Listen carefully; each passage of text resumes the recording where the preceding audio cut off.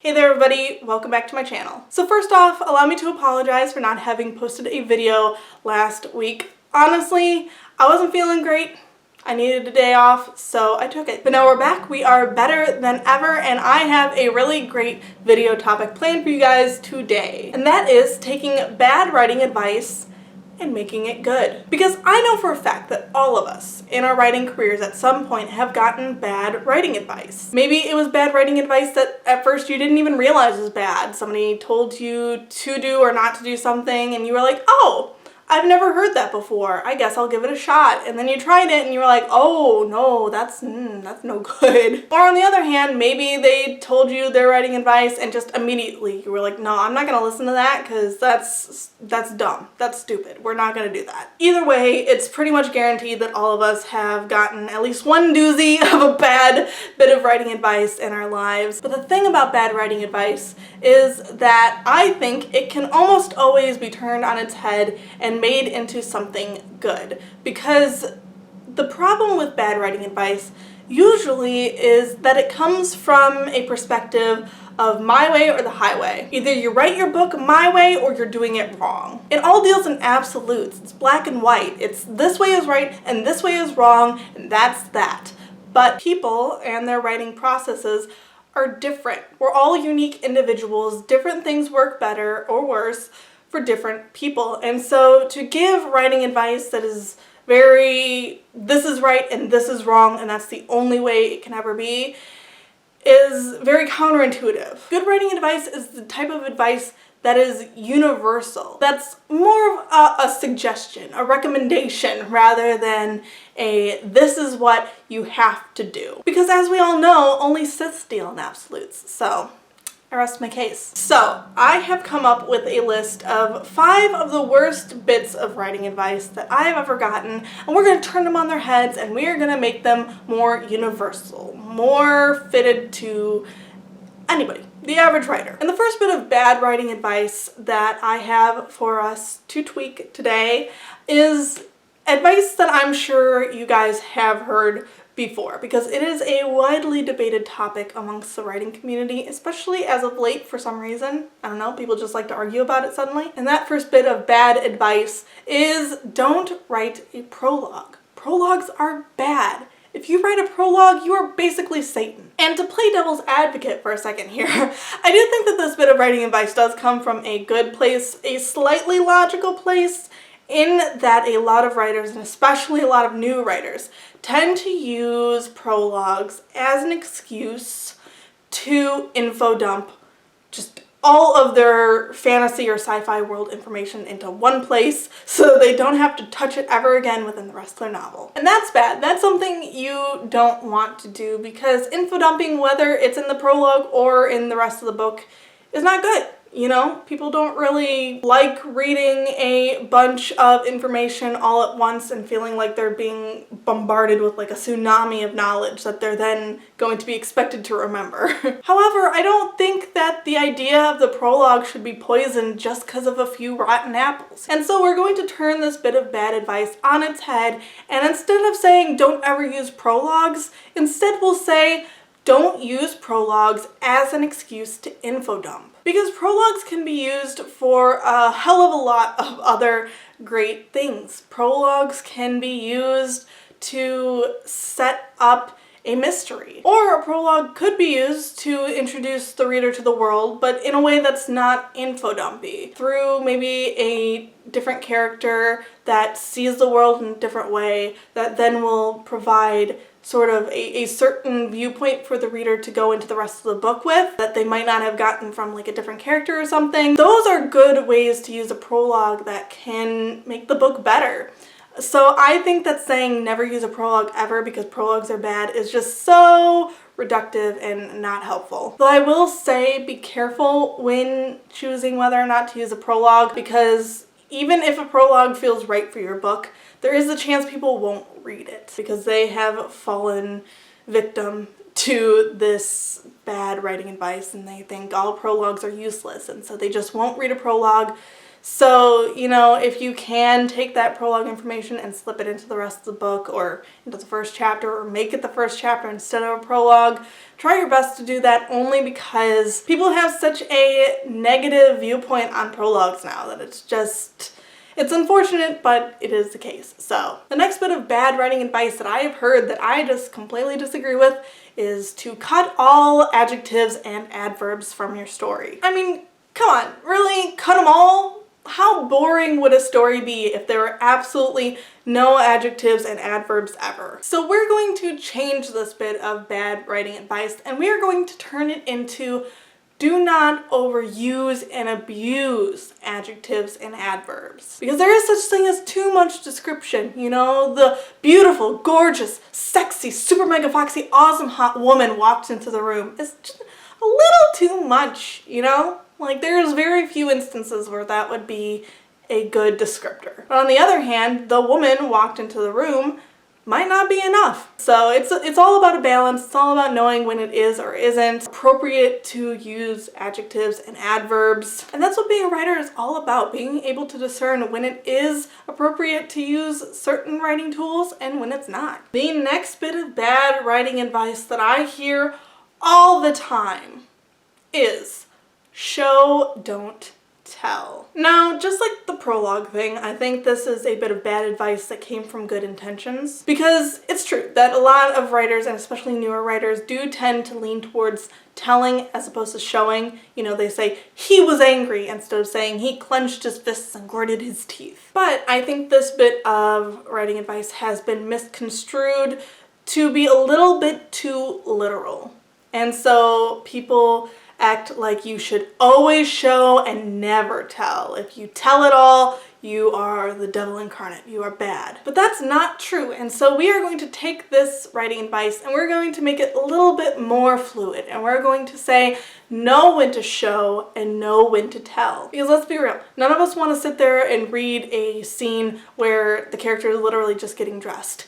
He pulled off his pants and then wriggled into his khakis and zipped up the zipper and buttoned each button, and then he tugged off his pajama shirt and pulled on his cardigan and blah blah blah. Like, hello, oh my god, please, dear Lord, just tell us he got dressed and walked out the door. Please, spare me.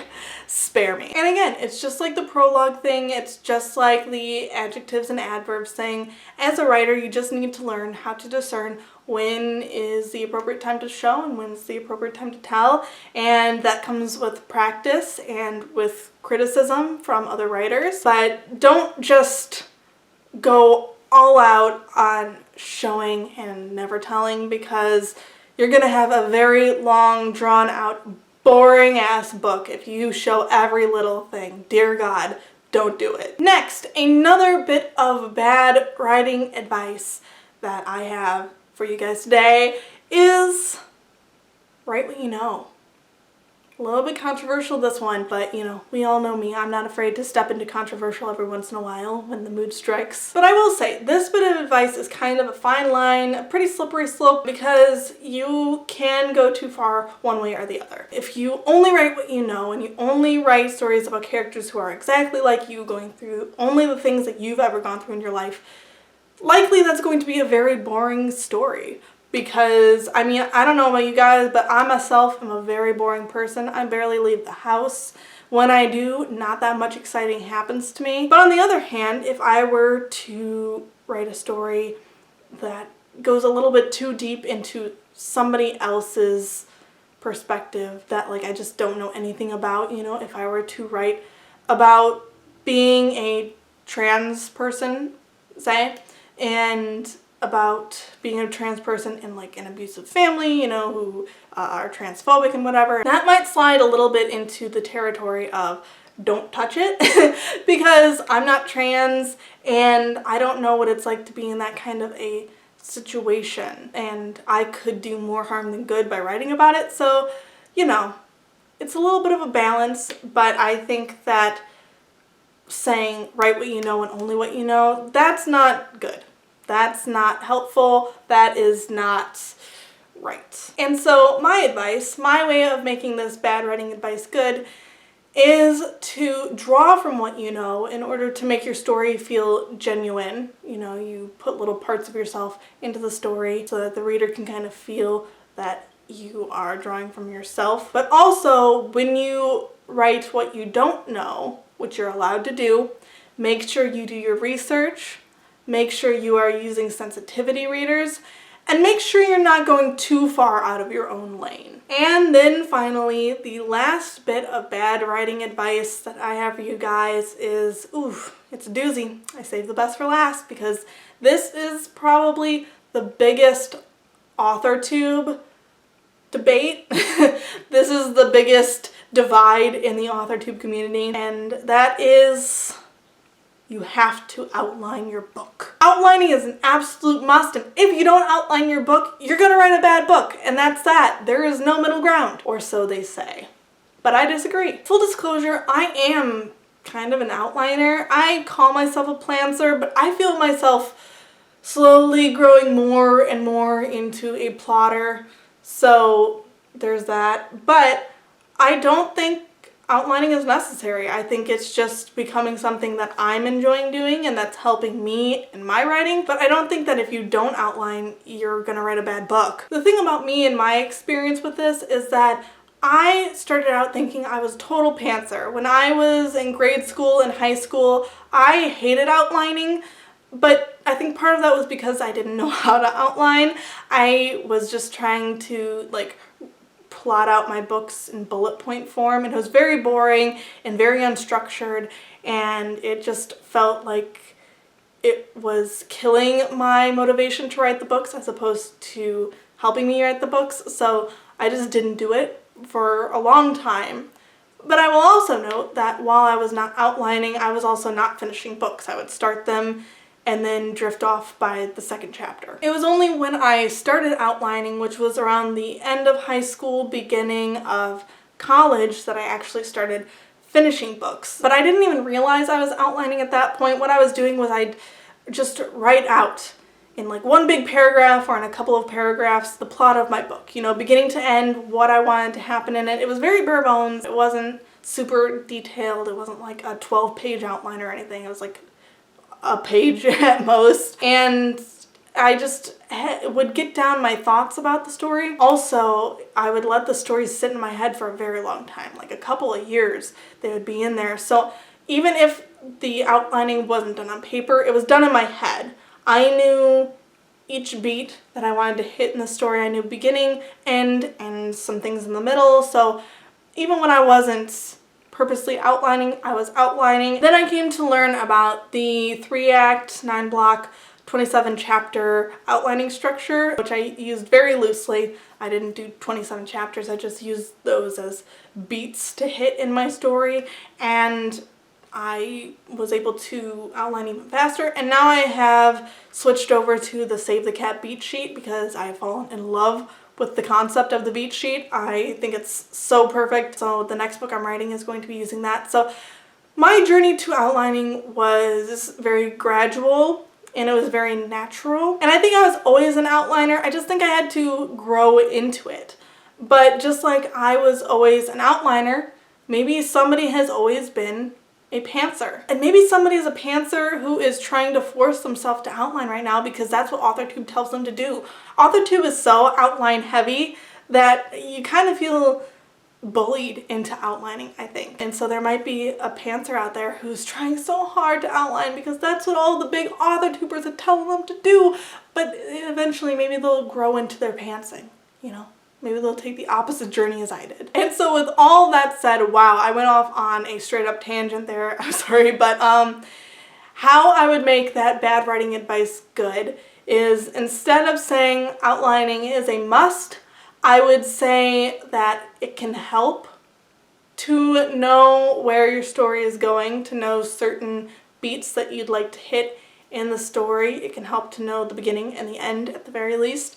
But if you are a tried and true pantser, if you are a headlights writer, if you know where you're starting and you just want to drive and see where that road takes you, then by all means, you do you. Because as I've said before, We're all different. We all have different processes, and what works for me may not work for you, and what works for you may not work for me, and neither has any bearing on the other. If I love to outline and I think it helps me with my writing, but you don't, how does that affect me? It doesn't. It doesn't affect me at all, and you might write a better book than me someday because you're just naturally a better writer. And that's just how the cookie crumbles, my friends. There is no absolute here. You don't even have to be a pantser or a plotter. You can be a plantser. You can be somewhere in the middle.